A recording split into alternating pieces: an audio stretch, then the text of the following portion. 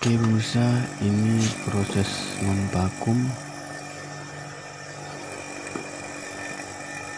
Jadi kita vakum di sini harus jarumnya sampai ke angka 0. Nah, apabila tidak sampai angka 0 dia turun, maka kemungkinan ada yang bocor. Nah, proses memakum ini lebih kurang 20 sampai 25 menit. Dibiarkan saja. Nah, ini berarti dia ada yang bocor, dia tidak sampai ke 0. Maka kita periksa di mana letak kebocorannya. Kita coba matikan, kita coba hidupin kulkasnya, enggak dibuka dulu selang yang dari manifold, lalu kita periksa satu-satu sambungannya. Nah ternyata bocornya di sini, pengelasannya kurang tebal lasnya. Nah, berarti kita harus las kembali. Kita matikan, kita akan las kembali yang bocor tadi.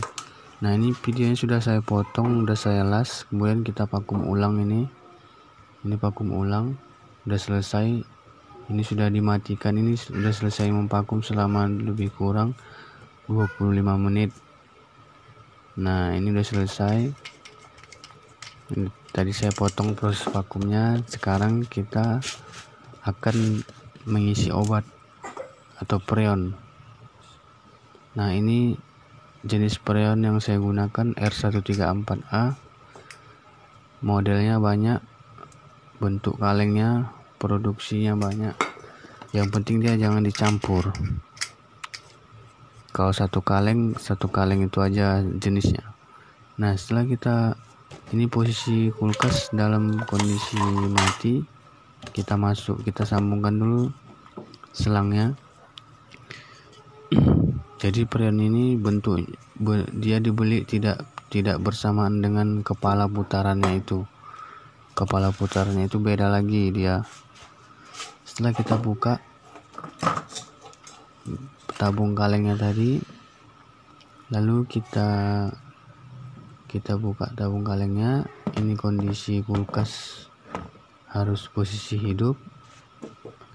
Nah, katup sebelah kiri masih posisi tertutup, ini harus ditutup dulu. Ini kita buka untuk membuang sisa udara yang ada di selang. Kita buka lalu kita tutup seperti membuang sisa gas. Setelah seperti itu, kita tutup kembali. Baru kita mengisi obatnya. Itu caranya,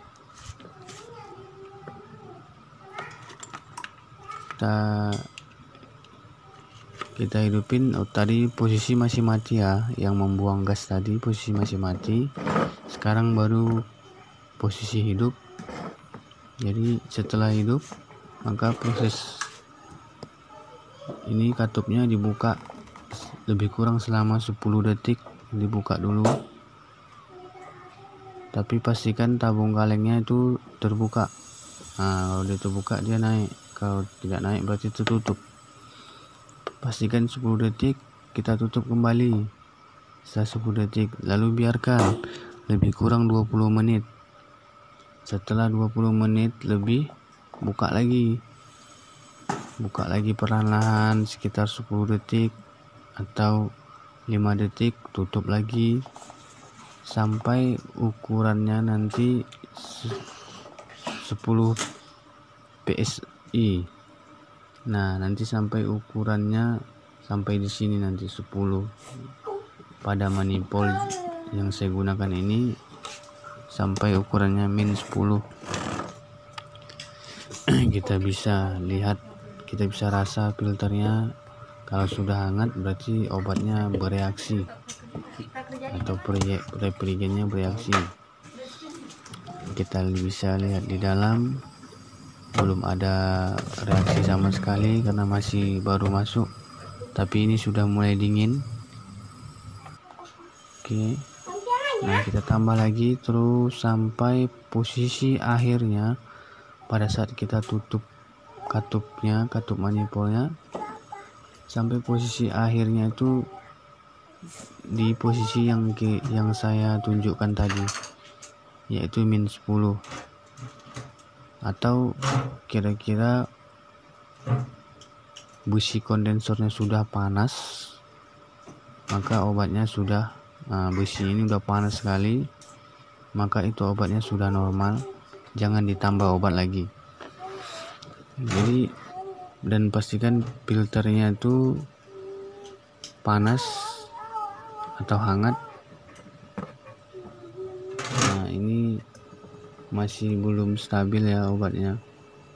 Dia kalau stabil atau normal untuk satu pintu itu ukurannya seperti ini, min 10.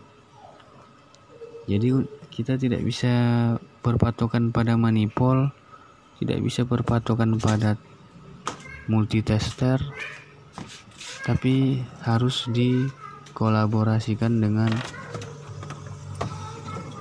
takaran insting kalau saya pribadi ya.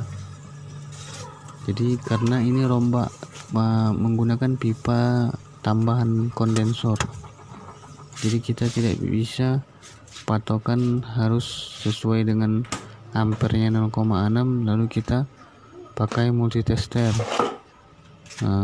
Jadi saya biasa menggunakan insting saja atau feeling, dan harus lihat juga manipulnya juga, jarumnya itu di posisi min 10. Jadi posisi manipul min 10, kondensor panas, filter panas, maka obatnya sudah stabil dan bereaksi, ukurannya sudah pas.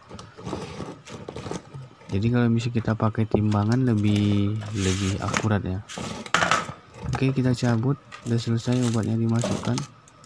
Nah, sekarang kita akan tutup ventilnya, ini kita akan tutup. Selang yang terhubung ke kaleng obat tadi dilepas, tapi manipul tadi ditutup semua. Tapi selang yang merah ke pentil ini belum dibuka. Sebelum dibuka, kita jepit dulu pakai tang jepit. Ini namanya tang jepit ya, khusus untuk kulkas, bukan tang jepit yang bergerigi, tapi tang jepit khusus untuk menjepit pipa. Ini pipanya kita jepit di bagian sini untuk menutup agar freon tidak keluar. Jadi setelah dijepit baru dibuka selang yang dari manipul tadi. Nah, kita buka dan kita pastikan tidak ada udara yang keluar atau gas obatnya atau freonnya tidak keluar. Lalu kita potong di bagian ujungnya sedikit, sisakan sedikit ya, dipotong. Nah, setelah dipotong baru kita tutup dengan menggunakan las. Jadi kita kasih pengelasan, kita las agar tidak bocor.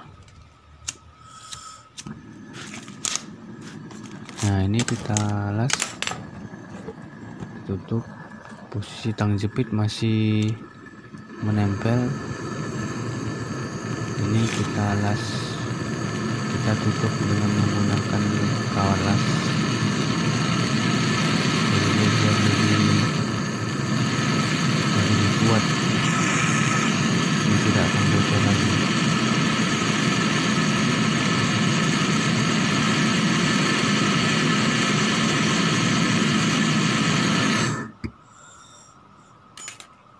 Oke, kira-kira udah selesai penutupan lasnya, sudah rapi. Lalu tang jepitnya kita lepas perlahan, hati-hati karena pipa yang itu sangat kecil dan terlalu lembek. Nah, udah selesai, ini kita rapikan saja, kita bengkokkan perlahan ke dalam. Nah, ini sekarang udah selesai proses pengisian obat kulkasnya. Nah, kita tinggal tunggu saja beberapa jam sampai esnya